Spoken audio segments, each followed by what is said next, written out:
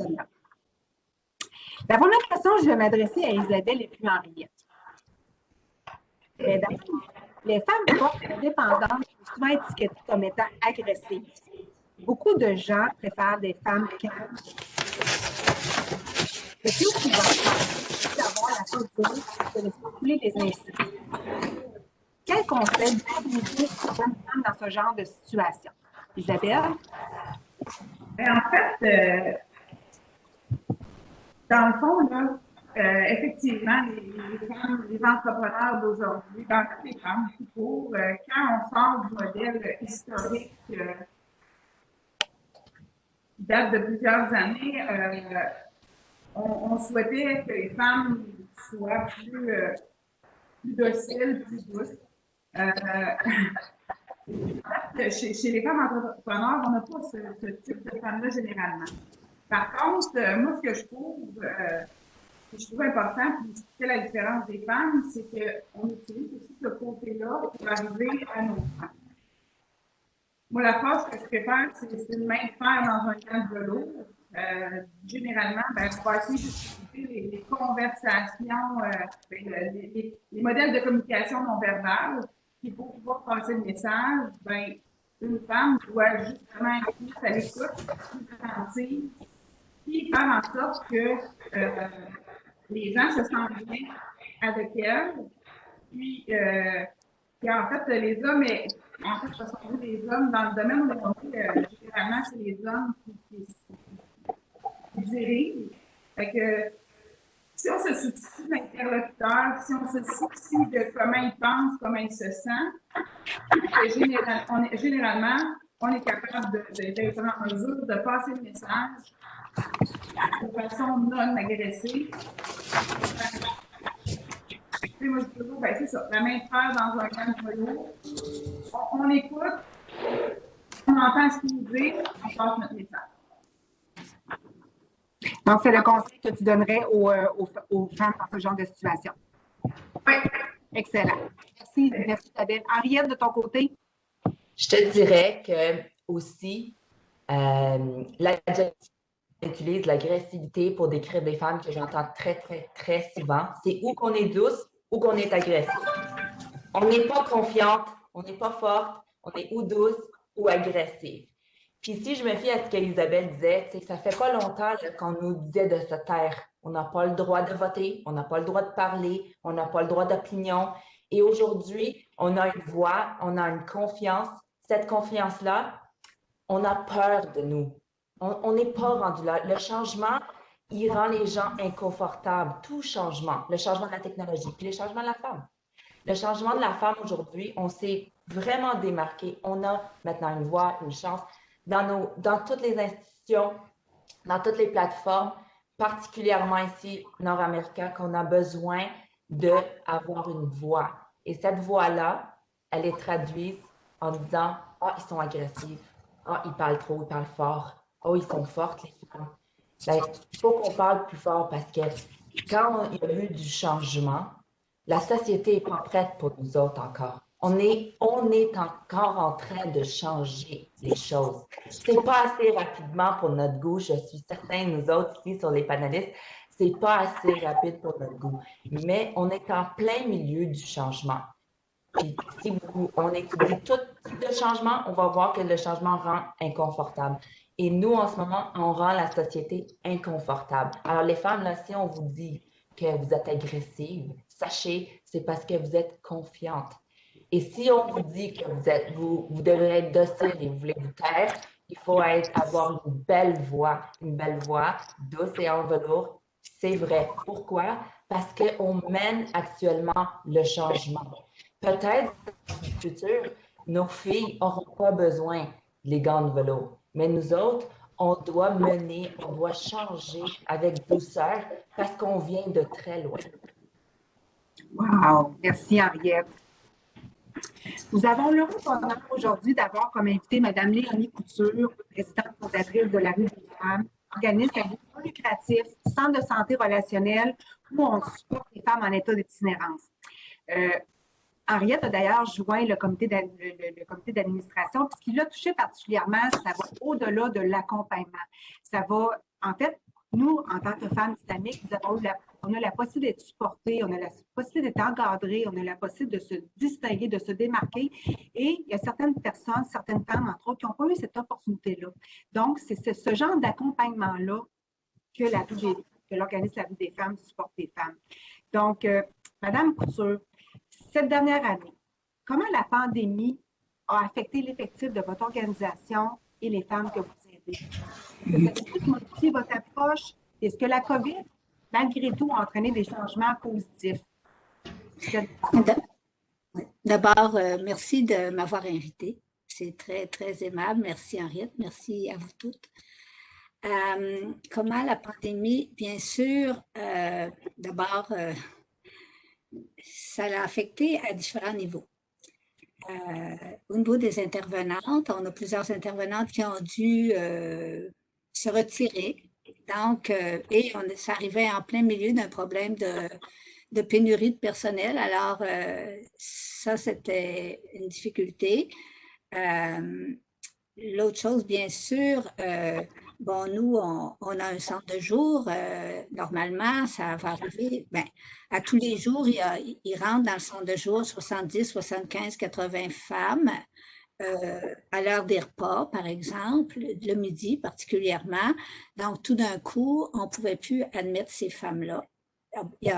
Dans ces 80 femmes-là, disons, 75, il y en a une bonne moitié qui viennent de l'extérieur. Donc, ça voulait dire que ces femmes-là, on ne pouvait plus les laisser entrer.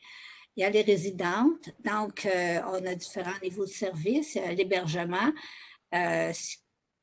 Donc, évidemment, il a fallu s'adapter en prolongeant les séjours. Par exemple, les femmes qui viennent en urgence, au lieu de rester, bon, 3 jours, puis devoir quitter 2 jours, ce qui est déjà épouvantable, mais elles peuvent venir dans nos centres de jour, etc. Sauf que là, puis on fait évidemment ces espèces d'adaptation, mais en dehors de la COVID, parce qu'on manque trop de place. Alors, il manque de place, il manque de tout ça.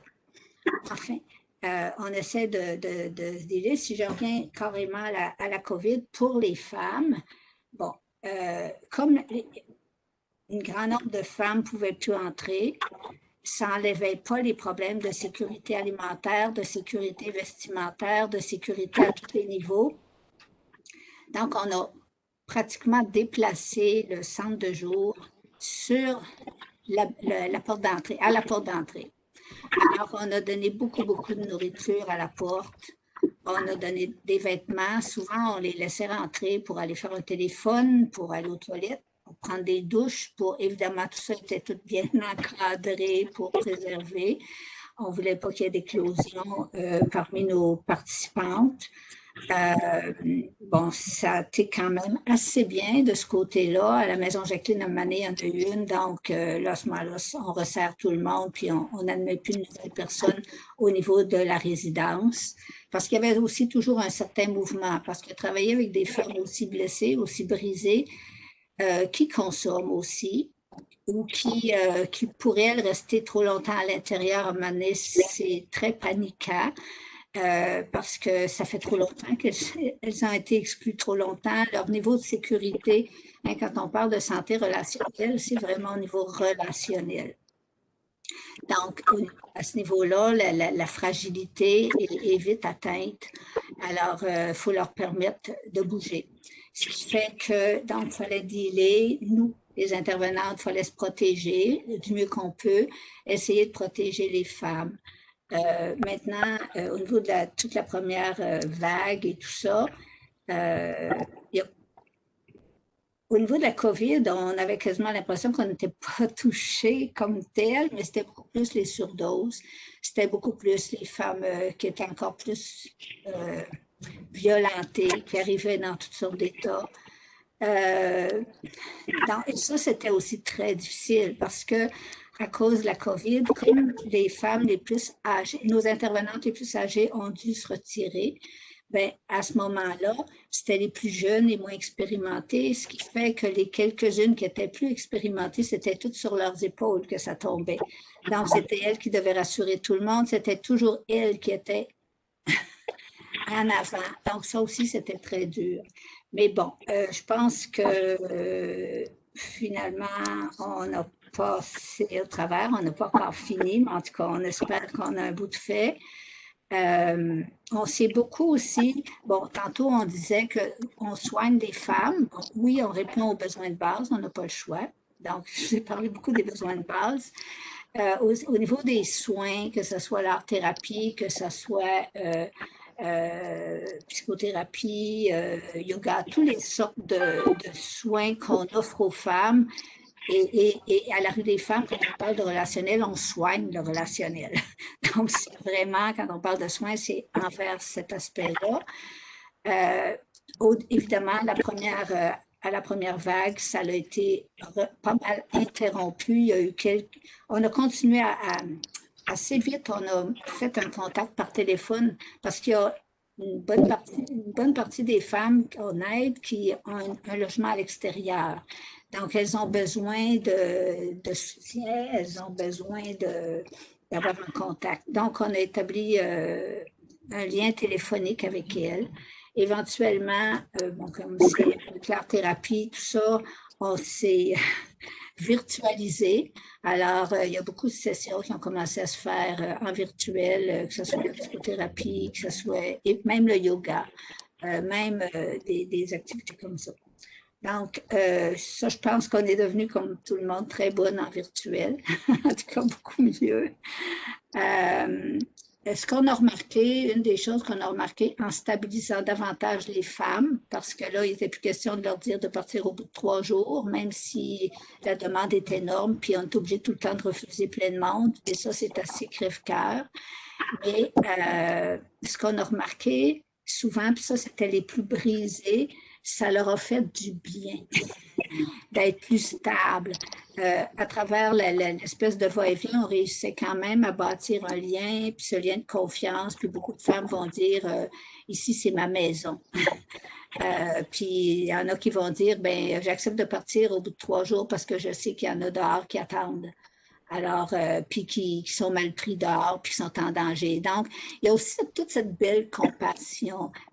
Ces femmes-là, même si elles sont dans la rue, elles ont tout perdu, elles sont comme toutes les femmes. Elles prennent soin. Puis souvent, elles vont s'oublier, elles aussi.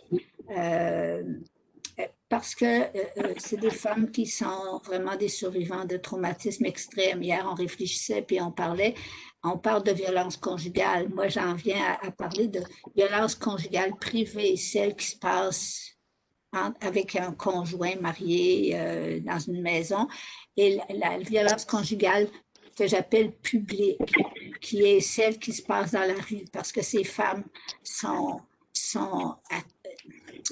pris avec des pimps, des proxénètes, des vendeurs de drogue, toutes sortes d'affaires. C'est comme leur détresse intérieure, leur traumatisme ont fait qu'elles n'ont plus été capables de fonctionner, donc d'où l'importance des soigner pour qu'elles perdent pas tout ce qu'elles ont. Et tout ça, étant plus capable de fonctionner, plus capable de rien, la détresse, tout les a amenés à la rue. Et à la rue, il y a d'autres maris qui les attendent. Et la violence, ça se passe énormément. Des femmes vont se mettre sous la protection d'un homme pour être protégées des autres. Et évidemment, elles deviennent aussi très vulnérables aux protecteurs. Donc, et ces hommes-là qui sont dans la rue, souvent, c'est des personnes aussi qui, au niveau relationnel, sont très blessées. Donc, autant...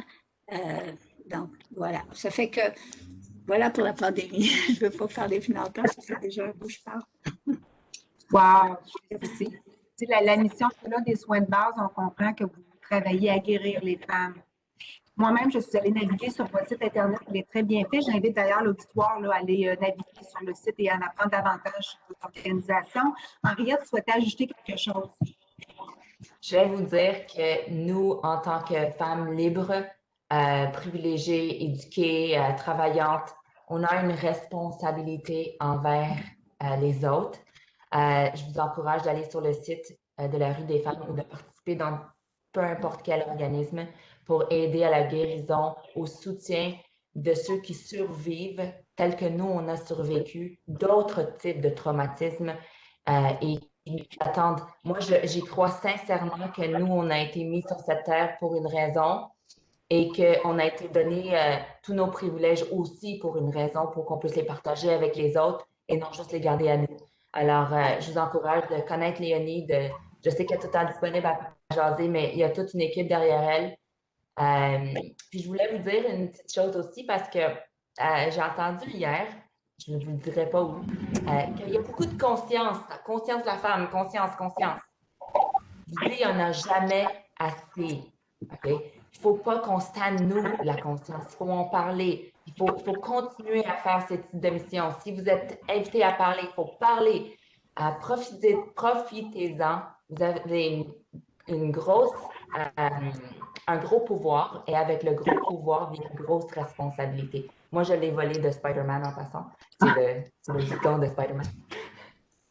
Merci, Marie. Merci, Annie. Merci, Henri. Il semble que Mirella est avec nous. C'est bien le cas? Je suis là, Maryse. Je ne sais pas si vous m'entendiez. Oui. Merci, Marie, de te joindre à nous. Puis là, je vais avoir une question pour toi. Donc, d'entrée de jeu, je vais lire un petit texte.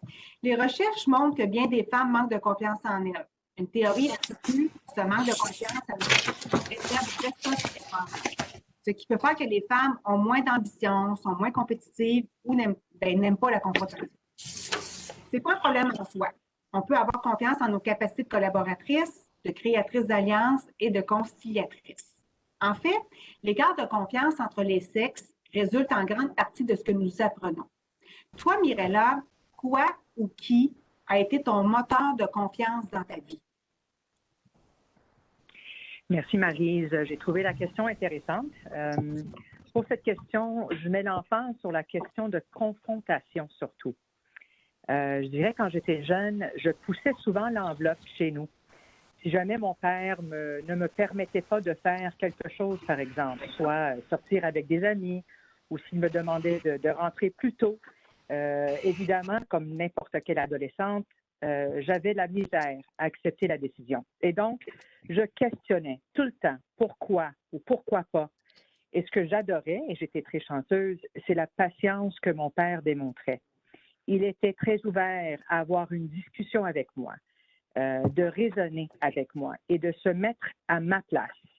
Il ne criait jamais, il m'écoutait et il m'a montré indirectement que si on est capable de bien s'exprimer, de raisonner, d'approcher un problème avec une logique, on pouvait passer à travers bien des obstacles. Donc, c'était vraiment mon père qui m'a donné ma confiance.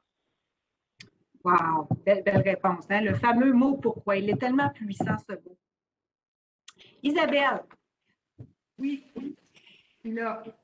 C'est là, super. Laura Vanderkam, dans son livre « I know, how she does it », recommande de s'acquitter des tâches les plus difficiles tôt le matin quand on est au sommet de sa forme. Toi, Isabelle, ton temps, tu le gères comment? Du mieux que je peux, sans farce. En fait, ce qui a déterminé la réussite finalement de ma carrière puis de ma vie de femme, parce que tantôt on l'a mentionné, Madame Couture l'a mentionné, même les femmes dans le besoin se soucient des autres. Fait qu'à la base, je dirais que nous, les femmes, tantôt quand tu parlais, Henriette, aussi de prendre la parole, puis on a un message à divulguer à nos filles. Nous, les femmes, on a le privilège d'être sensibles, de se soucier et d'être empathique aux autres. Quand on joint ça avec l'entrepreneur, ça nous prend une structure, effectivement. Moi, ce qui a déterminé ma carrière qui m'a projeté vers l'avant, c'est une formation que j'ai faite j'allais à Toronto, Strategic Coach. Virage Coaching ici ont un pendant de francophone.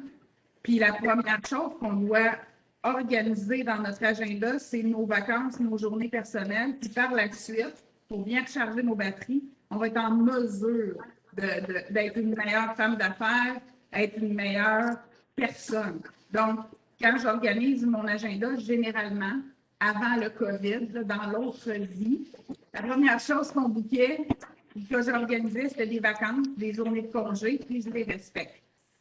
Le matin, dans le fond, avaler son crapaud, peu importe, il faut faire les tâches qu'on aime le moins parce que elles nous libèrent l'esprit, et elles nous permettent d'être dans le mode créatif. Donc, le matin, on gère les téléphones pas le fun, on gère les clients pas le fun, on gère les situations conflictuelles au bureau avec des employés. Puis par la suite, on passe en mode création, puis on va travailler sur nos capacités ou nos forces. Donc, je structure mon agenda généralement à l'année. Je prends des vacances, je recharge mes batteries. Puis deux, dans mon agenda au travail, ben, j'essaie d'organiser du temps pour l'administration, du temps pour les clients, pour faire en sorte que les journées soient beaucoup plus faciles et soient plus valorisantes. Parce que quand on repousse toujours à demain, on a une petite voix dans notre tête qui nous dit que l'on ne fait pas le travail de façon efficace. Donc, l'organisation, l'horaire, avoir un plan de match pour l'année,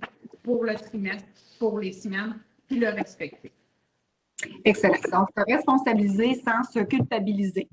Effectivement, c'est très difficile, mais on peut y arriver. Merci Isabelle. Henriette, ayant été la plus jeune femme au Canada à posséder une agence générale, penses-tu que le fait d'être une femme t'a aidé ou t'a obligé à faire tes preuves?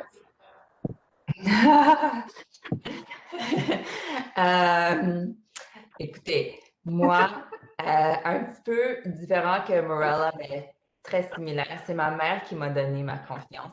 Elle m'a fait croire qu'il n'y a personne de mieux ni de pire que moi, que le président de la plus grosse boîte est aussi capable que moi et celui qui fait le ménage chez nous est aussi capable que moi. À cause de ça, quand j'ai commencé ma carrière, je ne savais pas que j'étais la plus jeune, puis que dans le temps, il y avait plusieurs autres femmes à la tête de leurs entreprises qui ont hérité après moi. Et je ne le savais pas tant qu'un journaliste ne me l'a pas fait mention. Et moi, je pensais que j'étais aussi capable que tout le monde. Être une femme, c'était ni pour ni contre moi. Mais ce qui s'est passé durant ma carrière, c'est que quand j'ai franchi des barrières, je ne lâchais pas. Je ne comprenais pas les objections. Peut-être ça m'a aidé. Quand quelqu'un me disait des commentaires comme ça va aller, ma petite jeune fille, puis il me ferme le téléphone. Puis ce monsieur-là, on est amis aujourd'hui. Plus tard, on m'a dit qu'on attendait sur le bord de la piscine pour attendre que je me noyais, pour prendre mon AGA. Puis je ne me suis pas noyée. Finalement, j'ai su nager, puis plonger, et on me regardait aller. Je te dirais qu'être femme, c'était ni pour ni contre. Je ne me mettais pas ça dans la tête. Peut-être une chance que je ne me suis pas mis ça dans la tête. Je n'ai pas créé des peurs qui n'étaient pas là. Puis je le souhaite à tout le monde d'avoir vécu une expérience qui est sans crainte. Isabelle me demandait juste avant qu'on s'en va live si je suis une femme stressée. Je l'étais dans le passé, je ne le suis plus. Puis je sais maintenant, même quand j'entends Isabelle qui parle de la gestion de son horaire, en passant, j'ai beaucoup appris, qu'il va toujours avoir du boulot, ça va toujours bien aller. Le temps n'est pas pour toujours. Et si je continue sur mon chemin à moi et que je persévère, que je vais... Peut-être que je ne vais pas réussir de la même façon qu'un autre, mais je vais réussir. Alors, pour répondre à ta question, c'était ni pour ni contre. Je pense que pour les gens qui me regardaient sur le bord de la piscine, eux, ils ont plus appris que moi, que les femmes, jeunes ou pas, sont capables. Et je me suis trouvée aussi avec beaucoup d'empathie et sympathie des autres. Je ne me prononcerai pas sur son nom parce que je ne lui avais pas demandé permission, mais il y a quelqu'un qui est venu me voir de loin, une gestionnaire d'un agent général qui est venue, elle m'a parlé, elle m'a aidé, elle m'a conseillé. Même certains chefs d'assureurs qui sont venus me parler, me conseiller, m'aider. Puis eux, ils me prenaient comme un projet, un sujet test. On ne savait pas que ça allait fonctionner. Mais oui, ça a fonctionné. Puis c'est vraiment avec le courage. Et même quand tu as peur, tu fonces pareil. Parce que c'est pas vrai que j'avais pas peur, mais je fonçais pareil. Et c'est comme ça que j'ai pu. Wow, beaucoup de conviction. Merci, Henriette. Madame Couture, comment les femmes en position de pouvoir qui ont surmonté des obstacles émotionnels et psychologiques et ont réussi, peuvent-elles aider des femmes qui ont de la difficulté à gravir des échelons? Autrement dit, comment peuvent-elles donner aux suivantes? Bien, je pense que ce qu'on essaie de faire avec les femmes, finalement, rejoint un peu cette question-là. C'est sûr que moi, personnellement, plus je travaille sur moi, plus je retrouve ma sécurité intérieure, plus je trouve mon lien avec moi-même. Hein. La santé relationnelle, on se dit que c'est la capacité d'être en lien avec soi-même et avec les autres. Plus je me guéris, hein, parce que je pense que on vient de toutes sortes de provenances. Puis moi, je travaille avec des femmes qui ont vécu beaucoup de blessures. J'en ai vécu moi aussi. Donc, plus je trouve ça à l'intérieur de moi, plus je suis capable de sécuriser les femmes, plus je suis capable de leur apporter, plus que je suis capable aussi de les valoriser, de regarder leurs bons coups, pas leurs mauvais coups, leurs bons coups. Leurs mauvais coups, ça, elles sont tellement bonnes pour les connaître. C'est juste ça qu'elles connaissent d'elles, de toute façon. Alors, pour moi, donner au suivant, dans le fond, c'est moi, plus je me donne à moi, plus je deviens capable de donner. Et ça, au niveau relationnel, quand on regarde la santé relationnelle, quand on est en bonne santé relationnelle, c'est ça qui fait le bonheur, finalement. Hein? Il y a une femme dernièrement qui m'a donné une petite plaquette, là, c'était ma fête, puis tout ça, puis elle voulait absolument, puis c'est écrit, le bonheur, c'est d'aimer et d'être aimé. Il y a un seul bonheur, celui d'aimer et d'être aimé. Donc, pour moi, donner aux autres, donner aux intervenantes, hein, parce que nous, on reçoit beaucoup de jeunes intervenantes qui arrivent, des stagiaires, des nouvelles qui rentrent là. Puis, on a beaucoup appris à essayer de dire à l'autre, on va lui apprendre, on va lui apprendre. Au fond, je pense que la sécurité intérieure, et ça vaut vraiment pour tout le monde, mais il faut aller travailler, il faut aller travailler dans nous autres, nos blessures, nos peines, et je trouve ça super intéressant. Un enfant qui naît dans une famille où les parents ont cette sécurité intérieure, cette confiance en eux, sont capables de le donner. Parce que ça vient de soi. C'est la première chose qui sort quand on est bien. Quand on n'est pas bien, ça ne sort pas. Alors, donc les parents qui sont en bonne santé vont facilement le donner, puis l'amour se donne facilement aussi, parce que c'est l'affaire la plus naturelle au monde. Quand on met un bébé au monde, on tombe en amour avec notre bébé. C'est pas pour rien, c'est que le bébé, il faut absolument tomber en amour avec pour être capable d'amener cet enfant-là à 20 ans avec tout ce que ça implique. C'est loin d'être facile. Moi, j'en ai pas eu d'enfants, mais il y en a beaucoup d'enfants autour de moi et que je trouve les parents sont admirables. Alors, pour moi, c'est ça. Donner au suivant, c'est moi, plus que moi, je me solidifie à l'intérieur de moi. Ça me rend de plus en plus apte et à amener les autres vers ça. Et c'est ça. Donc, voilà. Donc, influencer positivement par de soi. Oui, tout à fait. Complètement.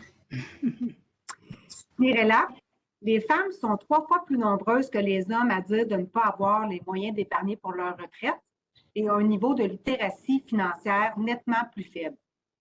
La majorité des aidants naturels sont des femmes, lesquelles sont 3 fois plus susceptibles que les hommes de devoir quitter le travail pour s'occuper d'un membre de leur famille. Concrètement, que fait le BMO pour améliorer la littératie financière des femmes et des jeunes filles? Merci, Maryse. Premièrement, j'aimerais juste mentionner que j'ai beaucoup aimé le commentaire de Mme Couture. Je pense que si on est en mesure, comme parents, de partager ce qu'on connaît déjà. Et si on est en mesure de commencer le processus au tout début, mais c'est sûr que quand l'enfant devient adulte, il va être beaucoup plus avancé. Mais ceci étant dit, c'est sûr que quand je pense à BMO, premièrement, j'adore la question parce que je suis très fière de travailler et très chanceuse de travailler pour une entreprise qui fait autant pour la littératie financière des femmes, donc surtout dans des situations où les enfants n'ont pas été très chanceux d'avoir des parents qui les ont éduqués au niveau de la littératie financière. Je trouve qu'on fait énormément. On a ouvert la voie parmi les grandes banques du Canada en mettant sur pied un programme dédié aux femmes à travers l'entreprise. Donc, nous avons examiné de près leurs besoins uniques et créé des programmes et des initiatives qui sont importants pour eux. Par exemple, en juin 2019, BMO a été la première institution financière à signer les principes d'autonomisation de femmes avec l'ONU. BMO est la première et la seule institution financière de parrainer la conférence Women Deliver. Il s'agit de la plus importante conférence mondiale sur l'égalité des sexes qui s'est tenue en Colombie-Britannique en juin 2019. Aussi, nous avons récemment lancé une série de webinaires qui s'appelle « Regards sur l'avenir » pour aider les femmes à traverser la période difficile de la pandémie. Donc, 7 webinaires en anglais et 4 en français. Et pendant la période la plus difficile de COVID, nous avons organisé 8 webinaires et séminaires d'intervention auprès de plus de 350 femmes en Amérique du Nord. Nous avons créé un site web spécifiquement pour femmes, bmopourelles.com, avec du contenu informatif et motivant. Ici, on trouve des articles sur la littératie financière et nous avons aussi offert des webinaires dans le passé sur ce sujet, ainsi que des podcasts. Donc, nous nous impliquons beaucoup. Et merci Mirella. On va aller voir l'adresse que tu nous as mentionnée. Une étude réalisée à l'Université Cornell a révélé que les hommes surestimaient leur capacité et leur performance, tandis que les femmes sous-estimaient autant les deux. En fait, leur rendement, tant en termes de qualité que de quantité, est aucunement différent. Le manque de confiance des femmes, appelé le syndrome de l'imposteur, désigne les femmes qui n'estiment pas mériter leur emploi et se sentent comme des imposteurs pour être découvertes à tout moment. Selon cette même étude, les femmes craignent davantage de ne pas plaire, paraître peu attirantes, détrôner les autres ou encore attirer trop d'attention. Isabelle, de ton côté, est-ce que tu as déjà ressenti ça dans ta vie professionnelle? Puis si oui, comment as-tu réagi? Jamais. Non, c'est En fait, je suis, mettons, historiquement parlant, je suis une enseignante primaire préscolaire. Puis j'avais un désir profond de changer les choses depuis que je suis toute petite. Mais venant d'une famille d'ouvriers, la stabilité d'un emploi gouvernemental avec un fonds de pension puis une belle qualité de vie me permettrait de passer beaucoup de temps avec mes enfants, m'a influencée vers l'enseignement. Puis à un moment donné, je me suis rendu compte que c'était pas ça que j'avais envie. Puis en fait, j'ai envie d'enseigner, j'ai bien aimé ça, j'ai adoré ça.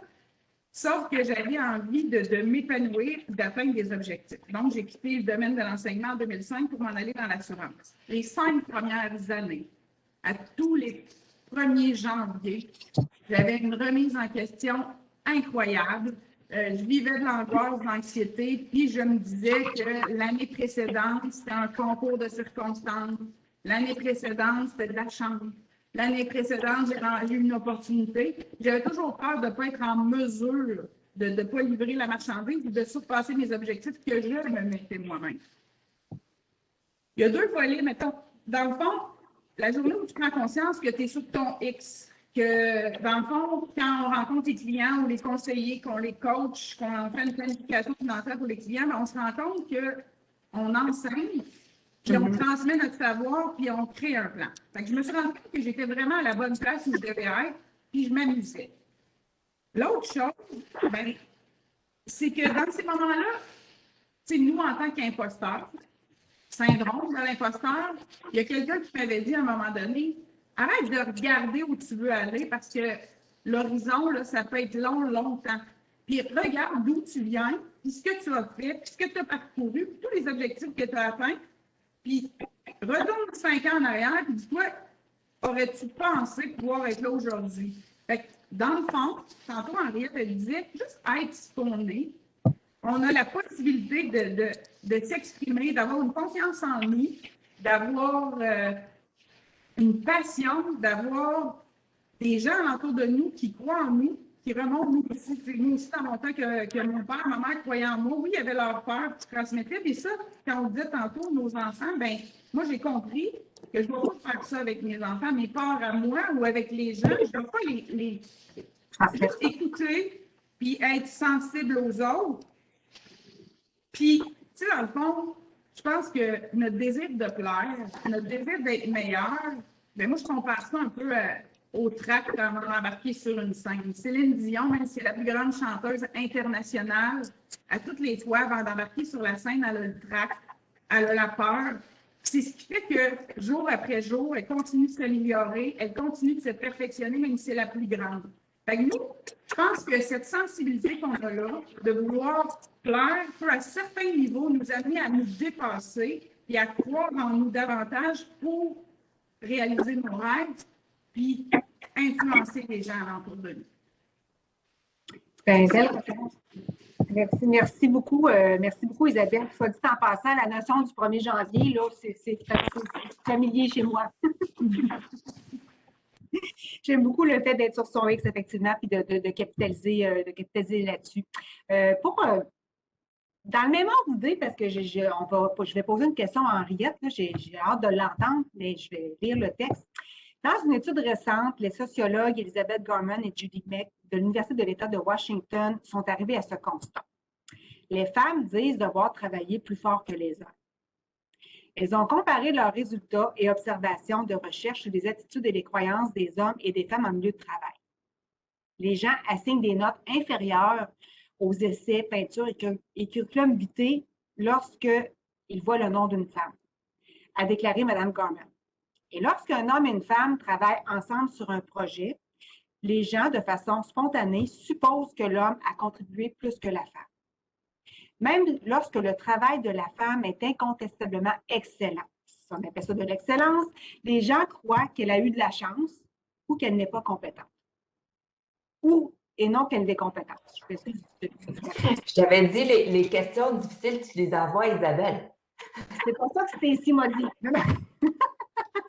À la lumière de ces recherches, il est logique de conclure que les femmes doivent travailler plus fort que les hommes pour gagner le respect de leurs supérieurs. Henriette, qu'est-ce que tu en penses? Est-ce que tu es d'accord ou non et pourquoi? Oui. Et je te dis pourquoi. On a surmonté les préjugés des sociétés actuelles et avant nous. Okay? Nous-mêmes, il faut s'avouer, nous-mêmes, quand on voit le nom d'une femme en tant que présidente ou vice-présidente, est-ce qu'on croit qu'elle a fait les mêmes démarches, les mêmes étapes? Est-ce qu'on voit la même image que si on aurait vu un homme? Il faut se poser la question nous-mêmes, parce que comme d'ailleurs à Isabelle, tout le monde l'a dit, on doit donner à nos enfants quelque chose, on doit les faire hériter de quelque chose. On doit leur faire hériter d'une équité, du fait qu'on est égal. Nous, en ce moment, la réalité, c'est que moi, Morella, Isabelle, Léonie, les femmes dans la rue, toutes les filles qui vivent actuellement dans notre société, on a à surmonter les obstacles du passé. On est encore en plein milieu du changement. Alors, est-ce qu'on doit travailler plus fort? Oui. Est-ce qu'on doit se démarquer plus? Oui. Est-ce qu'on doit quand même vivre avec les préjugés des autres? Ben, tu sais, peut-être elle connaît quelqu'un ou son père l'a mis là. Oui, on doit surmonter tous ces obstacles-là. Est-ce qu'on doit mettre plus d'initiales à côté de nos noms? Est-ce qu'on doit faire plus d'études? Oui, oui et oui. Parce qu'on est en plein milieu du changement. Puis c'est correct. C'est correct, c'est notre responsabilité. Moi, je ne suis pas la meilleure, ni quand j'écoute les autres femmes qui ont eu des événements de leur vie, qui ont surmonté des obstacles, qui ont fait quelque chose d'extraordinaire de leur vie. Je suis tellement émue et inspirée par eux. Moi, je suis rien comparé de ce qu'ils sont capables de faire. Mais dans mon petit milieu à moi, j'ai une responsabilité de faire un peu plus que tout le monde. C'est correct, c'est correct. Je voulais juste vous dire, elle n'est pas sur cette panel-là, elle est sur le panel en anglais. Il y a quelques années, elle m'a croisée et elle m'a dit, Henriette, ton plus gros défi, c'est le fait que tu es jeune et tu es belle. J'ai dit, ah, ben c'est gentil de me trouver belle. Elle dit, tu vas t'améliorer dans ta carrière, puis les gens vont te prendre plus au sérieux quand tu vas être plus ridée et que tu... Mais elle m'a dit ça entre filles, puis là, je vous le dis, là, entre femmes. Elle avait tout à fait raison. Le plus que je vieillis, puis j'ai plus d'enfants dans mon décor et que il me semble que les gens me prennent un peu plus au sérieux. Alors, les jeunes filles, puis je sais que tu vas me la poser la question, mais je vais la répondre tout de suite. Je te dirais que moi, j'ai un commentaire aux jeunes filles d'aujourd'hui. Puis si j'aurais eu une fille, moi j'ai 3 garçons, j'ai beaucoup de responsabilités à les éduquer. Mais si je me regarde quand j'étais plus jeune, je m'aurais dit, baisse jamais tes bras parce que tu ne peux pas baisser tes bras. Tu n'as pas le droit. Tu tiens trop de responsabilités. Il y a trop de monde qui te regarde. Baisse pas les bras. Tu fais ça pas juste pour toi, Henriette. Tu fais ça pour les autres qui te regardent. Baisse pas tes bras. Je te dirais ça va passer. Inquiète-toi pas. Ce que tu vis actuellement, tu vas le surmonter. Ça va passer. Puis ce que je dirais aussi, c'est garde-toi une indépendance toujours. Ça, je l'ai appris de ma mère. Une indépendance financière, une indépendance affective et une indépendance émotive. Pourquoi? Pour que personne te contrôle. Il ne faut jamais que quelqu'un te contrôle, sauf toi. C'est toi qui mènes ton chemin. Si tu décides d'être accompagné dans ton futur, c'est un choix que tu fais à tous les jours. Ce n'est pas un état de besoin. Quand là, j'entends Léonie qui me dit que les femmes vont à l'abri d'un homme dans la rue pour se cacher des autres hommes. Nous, là, on a une responsabilité. Il ne faut pas qu'on se cache du monde. Il faut qu'on ait un pouvoir à nous, puis ce pouvoir-là. Puis je sais que les femmes ici qui ont été dans les finances, ça leur touche ce que je dis. L'indépendance financière, c'est important. Parlez-en, c'est important. Merci beaucoup, Henriette. J'ai envie de poursuivre avec cette même question-là à l'ensemble de nos invités. Mesdames, quels conseils auriez-vous à donner à la jeune femme que vous étiez et quels sont vos objectifs et projets d'avenir? En fait, c'est Isabelle là, que tu poses la question. C'est à moi, c'est à qui? À l'ensemble de nos invités. OK. Bien, mettons que je me permets de répondre. Tu sais, tantôt, Henriette, j'adhère avec ce que tu dis, puis en même temps, j'ai un petit bémol.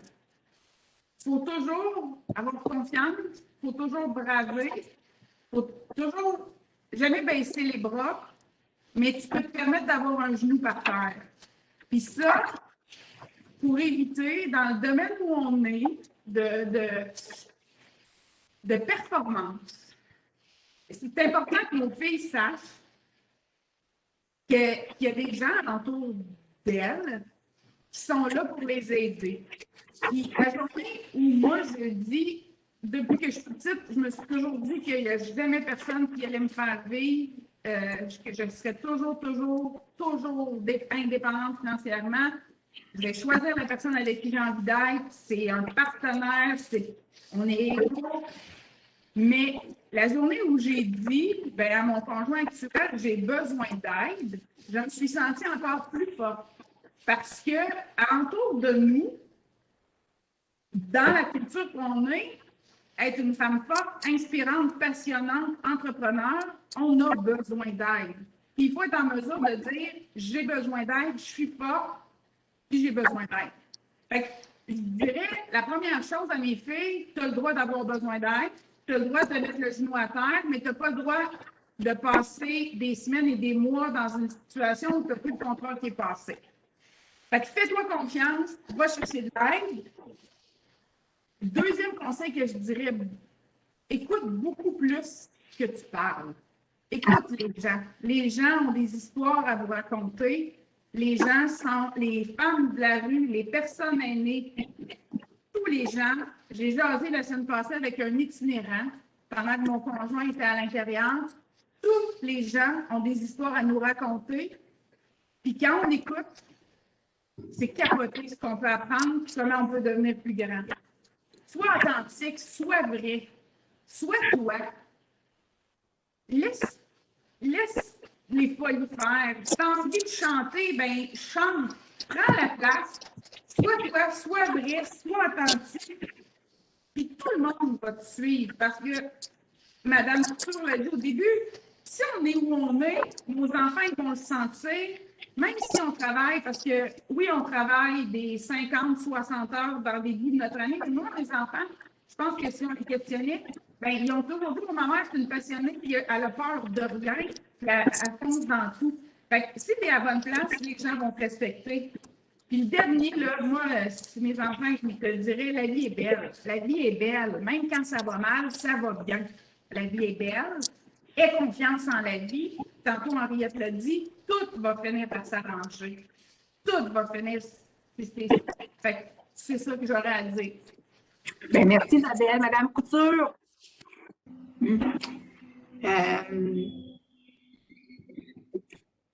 Juste me rappeler la question parce que là, j'étais toute prise dans la réponse. Effectivement, c'est inspirant. Moi j'ai des frissons à vous écouter. C'est réconfortant d'être une femme et d'être dans un milieu de femmes.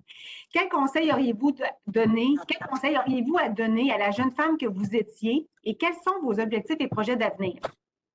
À la jeune femme que j'étais, ben, ça a été, je pense, de m'aimer, même si j'avais si peur, puis j'étais hésitante, puis j'osais pas être en avant, puis mais de m'aimer pareil, avec tout ça, puis de jamais abandonner, puis de dire ben ça va aller bien, parce que voir aussi, il y a tout le temps des temps où ça va bien dans la vie.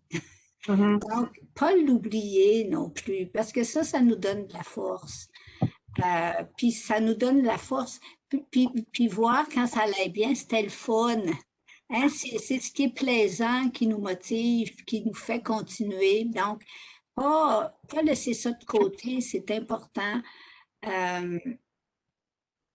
Puis, qu'est-ce qui me reste à faire, je ne sais plus trop quoi, quelque chose comme ça. Ben, continuer là-dedans, parce qu'à tous les jours, pour moi, c'est un défi. C'est ça qui est fou, hein? On réussit à arriver quelque part, puis là, on a un autre projet qui est tout aussi plein de défis, puis c'est épeurant, puis de se présenter devant les autres. Pour moi, ça sera toujours ma brisure originelle. Réseauté, j'ai jamais été bien bonne là-dedans. Puis une chance que je suis bonne en santé relationnelle, mais quand je me demande d'en parler, je ne m'arrête plus. Ça fait que les gens ont envie de se sauver. Ils n'en peuvent plus. Mais ça, je suis consciente de ça, mais quand même. Donc, il y a toujours des nouveaux projets, puis ça, c'est motivant, puis de ne pas laisser aller nos passions, jamais. Moi, je dis toujours au monde que je suis là encore pour au moins 30 ans, puis j'en ai 70. Alors, les gens trouvent ça drôle, mais il y a bien la première conseillère de Doug Ford qui a 100 ans puis qui est encore là.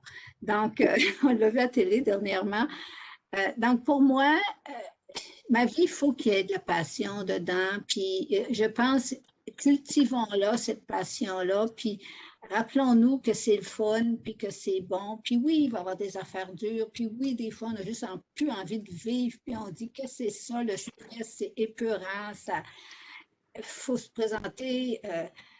Bon, moi, une de mes tâches, c'est d'aller demander de l'argent aux gens. Donc, comment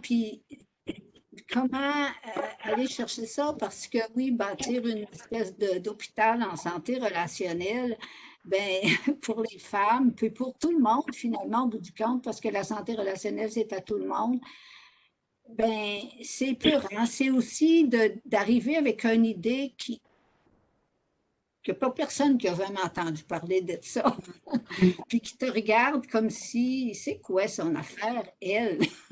Puis de ne pas me gêner, puis...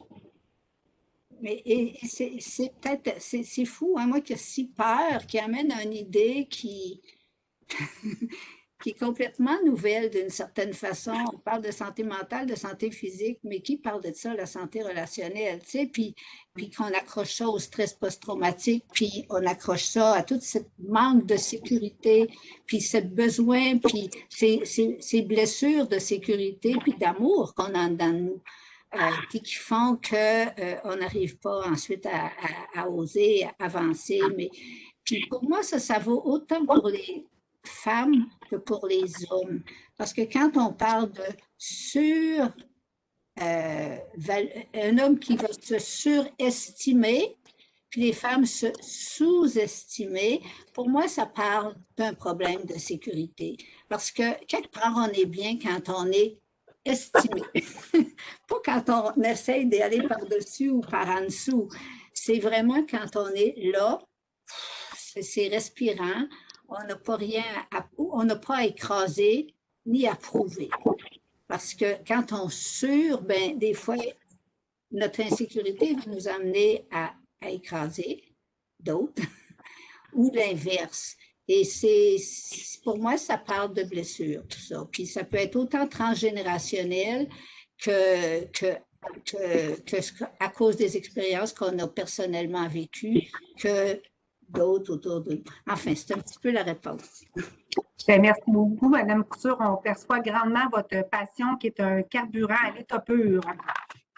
Et là, si je te posais la même question, quel conseil auriez-vous à donner à la jeune femme que vous étiez et quels sont vos objectifs et projets d'avenir? Conseil pour la jeune Mirella. Je pense que, comme femme, nous avons l'habitude d'hésiter. Encore une fois, j'aime bien le commentaire de Mme Couture, le fait qu'on hésite.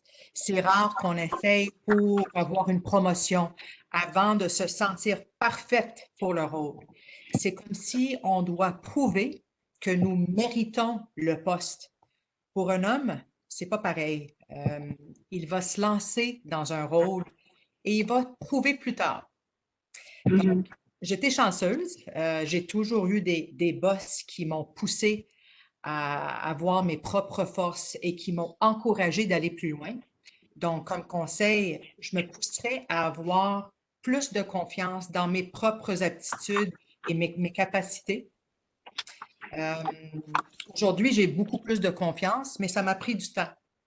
Donc, projet pour l'avenir, je continue à pousser l'enveloppe. Je termine mon MBA dans cette semaine. J'ai parti une petite entreprise qui a débuté comme projet d'école. Donc, honnêtement, à part de tout ça, j'espère que je vais pouvoir prendre des vacances bien méritées très bientôt. C'est mes projets. Merci, Mirella.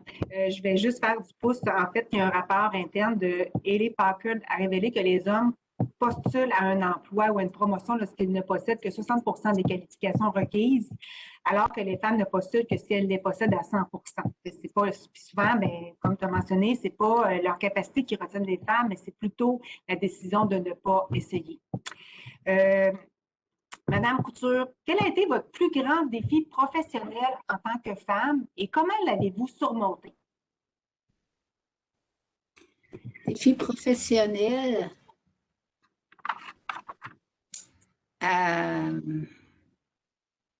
Je ne sais pas. En fait, je pense quand j'ai fondé la rue des femmes, j'avais rien, mais c'était fou parce que pour moi, je le voyais avec plein de possibilités, cette affaire-là, parce que j'étais tellement convaincue que nos brisures traumatiques nous affectent au niveau relationnel, que pour moi, ça ne se pouvait pas, il fallait le faire. Je ne sais pas trop pourquoi, de quoi je suis investie, mais c'est un peu bizarre, mon affaire, mais en tout cas. Puis, mais, alors, mon plus grand défi, entre autres, ça a été d'aller dire la première fois à la Fédération des femmes du Québec que j'étais là. Ça a été de me présenter avec ça, puis dire, ben voilà, je rentre, je suis un organisme, je suis un peu tout ça, puis après ça, ben il faut le faire vivre, l'organisme, mais je ne sais pas, peut-être que si je tiens de ma mère, qu'elle avait la tête, était très têtue, je ne sais pas, pour moi, c'était comme... Ça se peut pas. Il faut faire changer les choses. Chanceuse, j'ai vu la souffrance autour de moi, puis elle ne m'a pas tuée. Elle ne m'a pas empêchée d'avancer.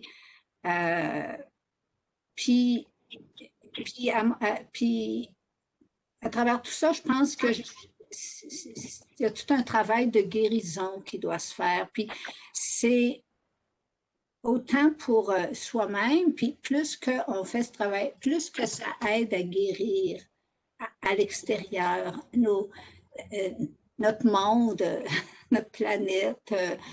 Moi, souvent, je ne sais pas si c'est en tant que professionnel, puis un défi, je ne sais pas si je veux être quoi, mais je me dis, pourquoi on s'entête à répéter des choses qui brisent la planète, qui brisent les gens qu'on aime,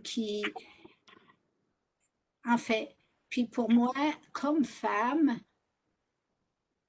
c'est comme, oui, moi, je vaux autant que les autres. C'est comme dans ma tête. Puis ça a peut-être été aussi une forme de défi, mais qui vient de ma mère aussi. Je vaux autant que les autres.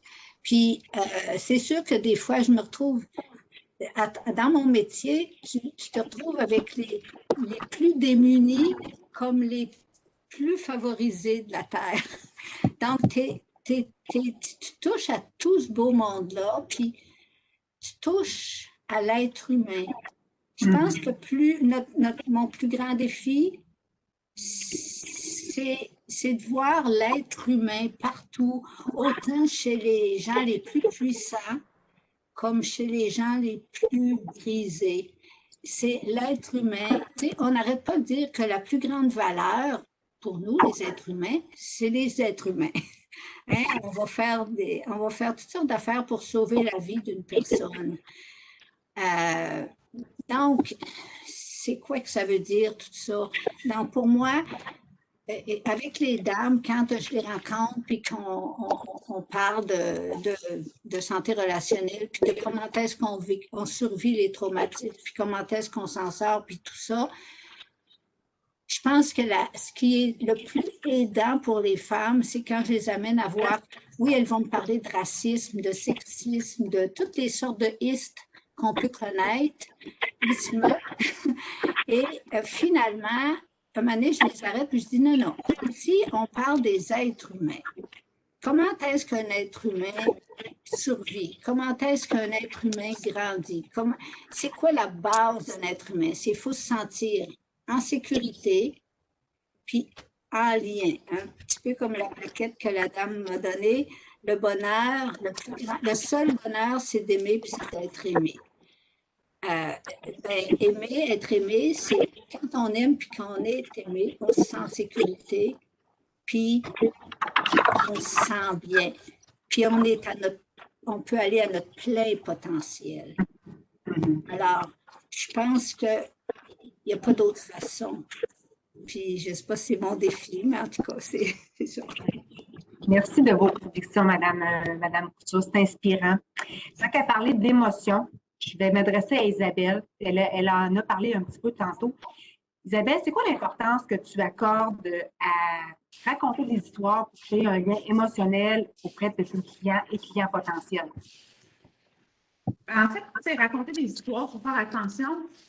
Bien, dans le sens qu'on ne va pas raconter des fausses histoires, mais on va toujours créer des liens. Tu sais, dans mon bagage d'enseignante au primaire, on n'a pas le choix de vulgariser la matière et de faire en sorte que le message passe bien. Moi, quand les gens, puis des fois, quand on arrive, tantôt, on retourne à la prémisse du début, bien, on est souvent intimidant. On est souvent perçu comme, on peut être perçu comme froid parce qu'on marche vite, parce qu'on sait où on s'en va, parce qu'on a de la facilité à s'exprimer. Puis quand on raconte des histoires où on s'inclut dans nos histoires, où on fait un partage de notre vie avec d'autres personnes, que ce soit des clients, des conseillers, que ce soit n'importe qui. Moi aussi, j'ai déjà passé par là. Moi aussi, je suis déjà passé par là. Moi aussi, j'ai déjà eu cette difficulté-là. L'humain, à la base, il se rend compte qu'on est tous égaux et on est tous pareils. Pour moi, là, il n'y a pas de. Quand je coach les conseillers, il faut que tu sois proche des gens, il faut que tu t'intéresses réellement à eux, il faut que tu saches qu'est-ce qui les fait vibrer, puis il faut que tu trouves des liens avec ces gens-là qui sont en concordance pour faire en sorte que la relation elle va durer. Parce que, tu sais, notre travail avec les clients, ou peu importe avec les conseillers, c'est difficile d'avoir une nouvelle clientèle, c'est difficile de créer des nouveaux liens. Mais les liens qu'on a, il faut les garder. Puis ces gens-là vont faire en sorte que, ils vont nous référer ou ils vont nous amener ou nous ouvrir leur réseau. Les histoires, là, c'est la base de tout. Parce que quand on sent qu'on est pareil, malgré la différence, malgré qu'on est des fonceuses, malgré le fait qu'on va chercher ce qu'on veut, ça crée des liens puis ça favorise les rapprochements. Puis au bout du compte, on en sort quand même. Merci Isabelle. D'autant plus, nous, les femmes avons potentiellement cette sensibilité-là pour exposer ça davantage. Maintenant, je vais poser une dernière question à l'ensemble de nos invités. Comment maintenir un équilibre travail et vie personnelle? Mesdames? Je vais prendre une phrase de chez Isabelle, le mieux que je peux. Le mieux qu'on. En fait, c'est la consigne du masque dans l'avion. Mets ton masque à oxygène avant de pouvoir aider les autres. Prends soin de toi. Qu'est-ce que tu dirais à ta meilleure amie? Il faut que tu t'occupes de toi, il faut que tu sois en bonne forme. Je peux citer plein de conférenciers, mais le moi Inc., j'ai un corps qui m'amène en quelque part, je dois prendre soin de mon corps, je dois bien m'alimenter, je dois bien dormir, puis je recharge mes batteries. À la base, dans notre agenda, on prend du temps pour nous, en tant que maman, en tant que personne, en tant qu'amoureuse, on fait des tâches, puis on essaie de respecter ça le plus possible, parce que si on veut partager ce qu'on est capable de faire, notre message pour changer les choses, il faut être en santé, il faut être énergique, il faut avoir toute cette énergie-là, donc, nous amène à réaliser ce qu'on veut réaliser, puis à partager ce qu'on veut partager. Donc, de prendre du temps dans l'horaire, de le mettre là, puis de le respecter. Merci Isabelle. Mirella? Je suis complètement d'accord avec Isabelle.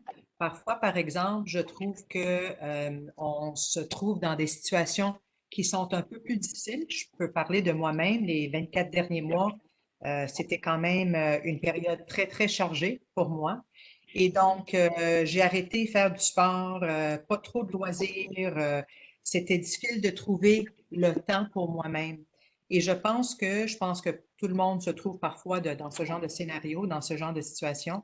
Je pense que quand c'est le cas, c'est de trouver une seule chose par jour. Pour moi, c'était de manger ensemble avec ma famille.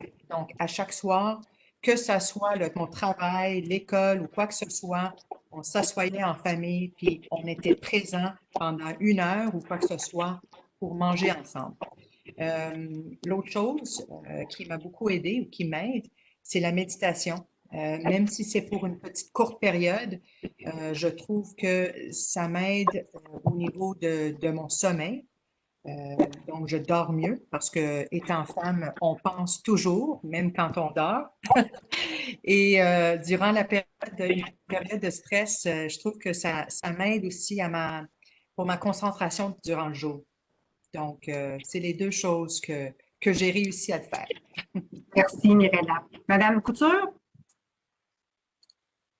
Je pense que je rejoins à ce point-là Mirella et Isabelle qui viennent de parler.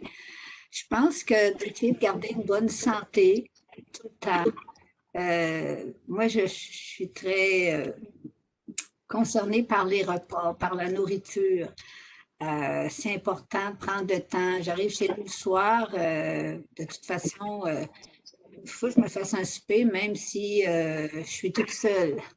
Et souvent, les gens vont dire, quand on est tout seul, on n'a pas d'idée, on n'a pas le goût, on mange. Non, pour moi, il n'est pas question parce que je sais que si je laisse aller, c'est ma santé, puis je ne pourrai pas arriver là où je veux aller. Pour moi, c'est essentiel. Puis, bon, prendre un peu plus de temps pour moi, mais en fait, je pense que peut-être si j'avais des enfants, si j'avais un mari, ça serait différent. Mais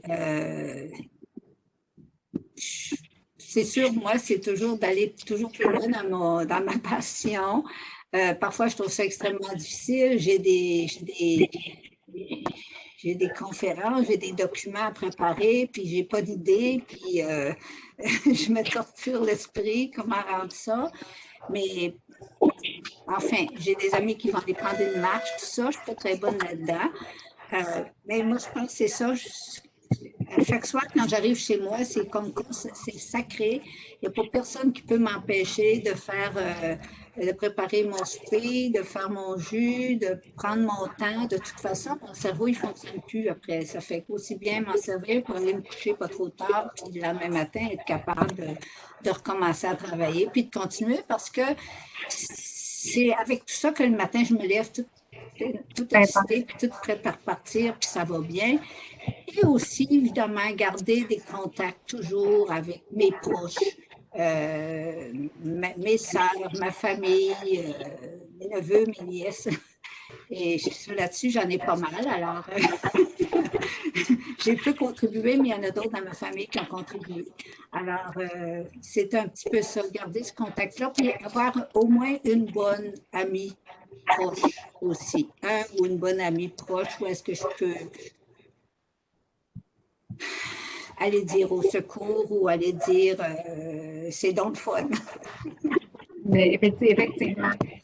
Juste avant de passer à une question, en fait, j'aimerais t'entendre là-dessus, de savoir comment maintenir un équilibre de travail et de vie personnelle. Je dois t'avouer que la pandémie nous a beaucoup aidés. Moi, j'ai 3 jeunes garçons, très, très jeunes. Ils jouent au hockey. Je me rappelle avoir brisé un ordinateur sur mes genoux parce qu'il y a eu un événement de hockey, puis j'étais en train de répondre à des courriels après les heures de bureau. Puis, suite à la pandémie, quand tout a arrêté, puis les enfants étaient à la maison, puis mon mari aussi, on se trouvait tout le temps ensemble, puis on avait beaucoup de temps, mais peu de temps seul. Ce que j'ai réalisé, c'est que moi, j'avais besoin du soleil. Je sais que c'est cliché, là, mais j'ai besoin de l'air frais, j'ai besoin de soleil.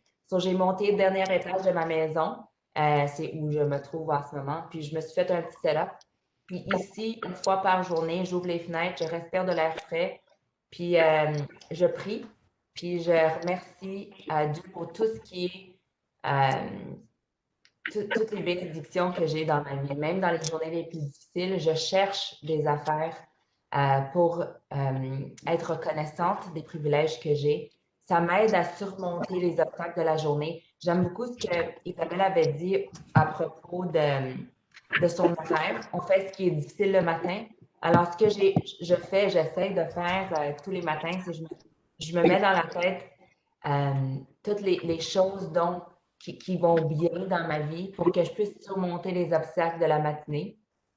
Et aussi, je lui ai écrit en privé, là, j'oublierai jamais ce qu'elle a dit. Moi, quand je dis je ne baisserai pas les bras, mais ça se peut que je me trouve agenouillée. L'image va rester dans ma tête parce que c'est vrai. Et moi aussi, j'ai une très bonne amie. Je me suis fait opérer récemment. Les bonnes amies, ils valent leur poids en or. Elle est venue, elle m'a donné le bain, elle est restée avec moi, elle m'a surveillée. J'ai pu parler avec quelqu'un, partager avec quelqu'un. Ils valent leur poids en or. Je suis vraiment choyée, contente, bénie d'être entourée de tellement de bonnes personnes. C'est ce que je cherche dans ma vie, d'être entourée de bonnes personnes. Et ce que ça m'aide de trouver un équilibre pour avoir la force de surmonter les obstacles du quotidien. Merci, Henriette. Gratitude. Nous avons une question d'une invitée. Que signifie réussir pour vous, madame? Le quoi? Que signifie réussir pour vous? C'est une question d'une invitée. En fait, si je peux me permettre, même réussir, dans le fond, c'est les objectifs qu'on se fixe personnellement, quand on a l'opportunité, la chance de les atteindre. Fait que, tu sais, la réussite, c'est vague, c'est gros. Réussir, c'est me permettre d'accomplir ce que j'accomplis au quotidien, de me sentir valorisée, de m'arrêter, de mesurer, de quantifier tous les objectifs que je m'étais fixés. Il y a une phrase qui dit, c'est un objectif, c'est comme une adresse précise dans un GPS. Fait que quand j'écris mes objectifs, que ce soit personnel, que ce soit au niveau professionnel, quand je les atteins, j'atteins mon adresse, j'atteins mon objectif, j'ai le sentiment du travail accompli, j'ai le sentiment de réussir quelque chose. Il faut se fixer des objectifs clairs pour être en mesure de les réaliser. Tu sais, nous, les femmes, quand on part, puis Mme Mirella l'a dit tantôt, il y a des moments de notre vie où on peut pas, où c'est plus difficile de faire attention à nous. C'est plus parce que c'est circonstanciel, parce qu'il y a de la maladie ou il y a quoi que ce soit. Bien, à ce moment-là, réussir, c'est de bien m'en sortir, de guérir, de prendre possession de ma vie avec les habiletés que j'ai. Réussir, c'est atteindre l'objectif que je me suis fixé. Puis quand nous, les femmes, on n'a pas d'objectif clair, net et précis, bien, des fois, je dis que moi, je suis comme une poule pas de tête, puis j'essaie d'éteindre toutes les feux alentour de moi. J'ai l'impression que je suis jamais bonne dans rien, que je suis toujours à 70 d'efficacité. Et quand j'ai des objectifs réussis, puis je les atteins, c'est fait, je me sens valorisée, j'ai la force pour passer à l'autre chose. Fait que la réussite, c'est de réaliser les objectifs que je me suis atteint, qu'ils soient petits, moyens ou gros. Merci, Isabelle. Marie, pour moi, la réussite, c'est de m'avoir donné à un objectif aussi. Alors, je me fixe des objectifs, puis je me donne à 100% à cet objectif-là. Que je réussis de la façon traditionnelle ou pas.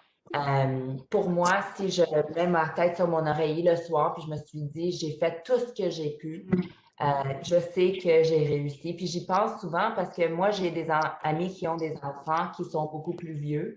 Puis quand un enfant prend un chemin qui n'est pas celui qu'on voulait pour lui, la maman, elle dit, ben, est-ce que j'ai réussi? Puis moi, j'ai été chanceuse d'avoir vécu les expériences des autres à travers leurs histoires et me dire, moi, je vais faire tout ce que je peux. Je vais me donner à fond à eux, mais à un moment donné, c'est plus dans mon contrôle. Alors, la réussite leur appartient par la suite et ma réussite, elle a été comblée. Alors, je veux souligner le fait que tout à fait, il faut se fixer des objectifs qui sont atteignables pour qu'on ne se décourage pas et qu'on se donne à 100% à nos objectifs. Et après ça, on a réussi. Je partage votre point de vue, mesdames. Si vous permettez, moi, le soir, lorsque je vais faire dodo, je me couche et la question que je me pose de façon très régulière et constante, est-ce que j'ai réalisé ce que j'avais réalisé aujourd'hui? Oui, parfait. Bonne nuit, ma belle. À demain. Mirella ou Mme Couture, est-ce que vous avez quelque chose à ajouter là-dessus? Que signifie réussir pour vous? Oui, j'aime bien ce que Isabelle a mentionné. Premièrement, je pense que la réussite est très, très personnelle. C'est des objectifs qu'on se met, mais c'est très personnel. Donc, je dirais la première chose, c'est de bien définir c'est quoi la réussite. Parce que je ne pense pas qu'il y a juste une formule magique. Il faut premièrement définir la réussite et prendre tout en considération.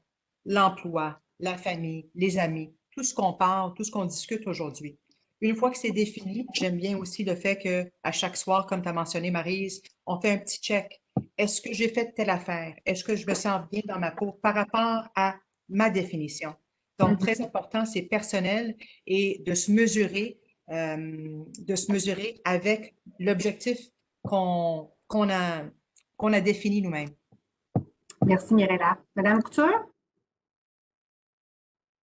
Ben, ça rejoint, je pense, tout le monde aussi. Bon, oui, ça prend des objectifs, ça prend des priorités.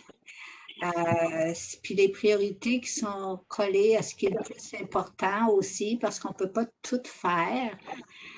Maintenant, je pense que tout ça fonctionne avec notre santé, notre confiance en soi.